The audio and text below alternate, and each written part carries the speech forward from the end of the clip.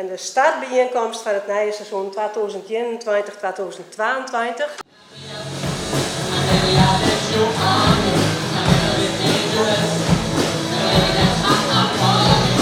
Wij hebben een skofkeven net zo vol het van kennen.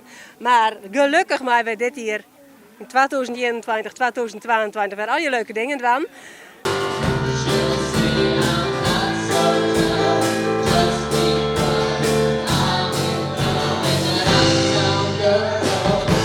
Het draaien 4 maanden lien ben we ongeveer begonnen met een vergadering van wat materiaal ik komen het komende jaar. En er moest dus een opening komen van het culturele seizoen. En ik zei, nou ja, ik regel wat. Ga ik een bandje bielkoor krijgen. Gaan we heel veel oefenen in Zwolle op het conservatorium. En nou, het is eigenlijk de eerste keer dat het bielkoor kan. Dus het begint wel wat spannend, maar even een beetje hebben we soundcheck ik met de choreografie erbij. En toen klikt het volgens mij heel erg goed.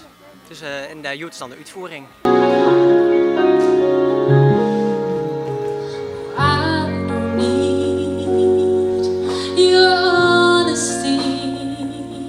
It's already in your eyes.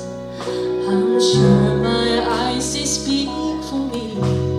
No one knows. Dit jaar doet verder nog een aantal andere leuke dingen. In oktober 24, maar wat soestouw. 31 oktober is haast al uitverkocht.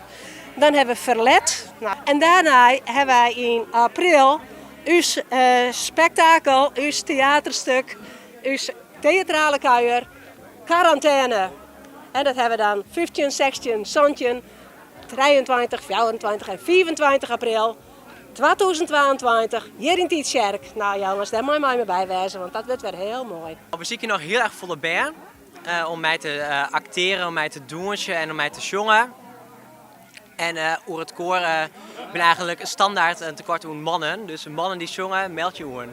Bij de www.culturelecommissie.outlook.com. Wat vind je van de activiteit van de culturele commissie? Vind ik geweldig. Ja. Wij meiden dat mij in Oordorp werd helemaal geen activiteit van de culturele commissie. Dus je mag hem heel zuinig op wijzen.